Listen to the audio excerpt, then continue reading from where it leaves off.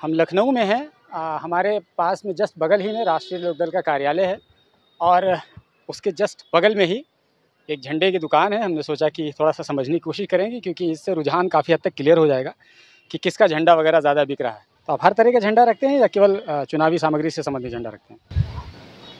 हर तरह के रखते हैं। हर तरह के रखते हैं। वाइट खरीद रहे हैं। आजकल तो भगवा का ज़माना है। भगवा का जमाना है और समय पे जो है भगवा भी उड़ा जाएगा, ऐसी कोई दिक्कत थोड़ी है। ये तो आपने गर्मी के लिए ले लिया है बस। वो भी तो गर्मी ही बचाएगा ना। वो गर्मी बचाएगा मगर व्हाइट कुछ ज़्यादा ही सही रहता है। दो डबल फ़ायदा होता है। एक फ़ायदा तो गर्मी से तो बचाना ही है उसको, और एक फ़ायदा और होता है, एक संकेत देना होता है कि कहीं बाइक वगैरह से जा रहे हो तो कोई रोकेगा नहीं, ये भी एक संकेत देना होता है। ऐसा कुछ नहीं है, सब लोग रोकते हैं। चलिए, लेकिन ऐसा आमतौर पर देखा जाता है। तो भैया कौन सी चीज़ ज़्यादा बिक रही है आजकल आपके यहाँ? फिलहाल तो अभी कोई झंडे नहीं बिक रहे हैं। झंडे वगैरह नहीं बिक रहे हैं। बिल्कुल सन्नाटा पड़ा हुआ है। तो चुनाव बिल्कुल सर पर है, चुनाव हो रहा है, 20 तारीख को लखनऊ में चुनाव है। क्या बताया जाए, किसी का रोज वही नहीं, प्रत्याशी नहीं वो हो रहे हैं, नहीं आ रहे हैं, कोई पता नहीं प्रचार कैसे हो रहा है, क्या हो रहा है। कैंडिडेट्स तो क्लियर हो गए ना। समाजवादी पार्टी और कांग्रेस के दोनों गठबंधन के रविदास मेहरोत्रा हैं, बीएसपी से सरवर मलिक हैं, बीजेपी से राजनाथ सिंह हैं। क्लियर तो हो गए, छोटे मोटे दलों के लोग होंगे। कोई आ नहीं रहा ना। अच्छा, तो क्या बताएं। बहरहाल जितना भी बिक रहा है उसमें से किसका ज़्यादा बिक रहा है? फिलहाल तो कोई नहीं उतना वो हो रहा है। अरे मान लो दो चार 10 भी बिक रहा है, उसमें से किसका ज़्यादा बिक रहा है? लगभग सबका वही जा रहा, जो 10-20-50 ले रहा, तो सबको ही अपने अपने ले रहे हैं। किसी का उसमें क्या है, या तो ज़्यादा उठान हो तब आदमी वो पता चले, सबका 10-20 बिक ही रहा है। अच्छा, बीएसपी में मायावती का झंडा ज़्यादा बिकता है या भीम आर्मी वाले का, चंद्रशेखर जी का? मायावती जी का। अभी भी मायावती जी का क्रेज़ है बचा।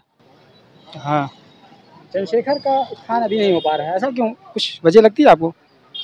अब ये तो अभी लड़ नहीं रहे हैं, क्या बताया जाए उस पर पूरे सीटों ये पे। देखिए, ये है चंद्रशेखर का। चंद्रशेखर भी दावा करते हैं कि मान्यवर काशीराम हमारे आदर्श हैं, और मायावती जी भी दावा करती हैं कि मान्यवर काशीराम हमारे आदर्श हैं। दोनों एक को अपना हीरो बताते हैं।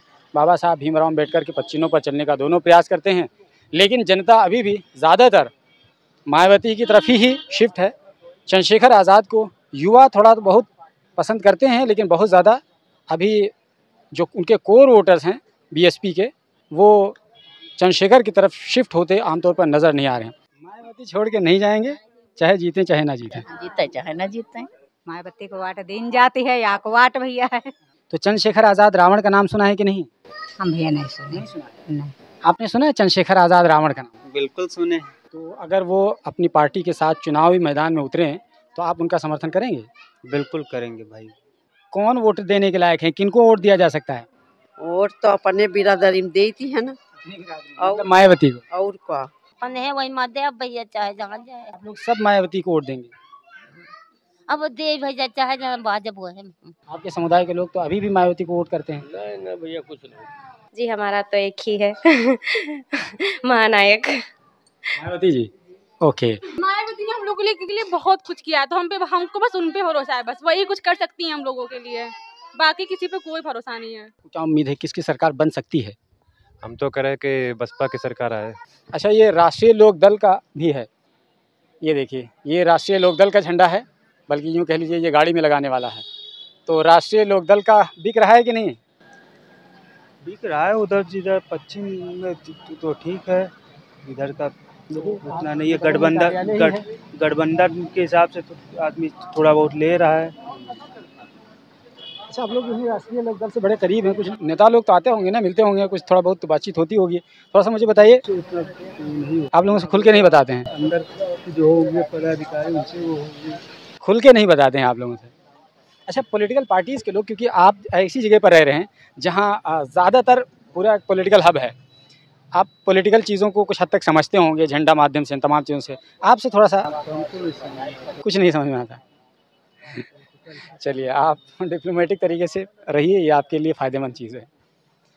तो देखिए, ओवरऑल ये है कि अभी चुनावी सरगर्मियाँ बहुत ज़्यादा तेज़ नहीं हैं। हालांकि 20 तारीख को लखनऊ में चुनाव है और यहाँ पर हर तरह के झंडा सामग्री, बिल्ला और इस टाइप की जो चीज़ें हैं, ये तो खैर धार्मिक हो गया। ये चाबी वाबी, ये देखिए, ये चाबी के छल्ले वल्ले सब इस टाइप की चीज़ें लोग लेते हैं, गिफ्ट करते हैं। ये देखिए असदुद्दीन ओवैसी का ये एक पतंग है, ये देखिए पतंग वाला है। और इसी तरीके से ये बहुजन समुदाय का एक प्रतीक है। इसके अलावा बहुत तरह की चीज़ें हैं, राष्ट्रीय लोकदल का इस टाइप का है। और ये पता नहीं किस चीज़ का, ये तो भगवा झंडा है। इसका 2 फ़ायदा है जैसा कि मैंने आपको बताया।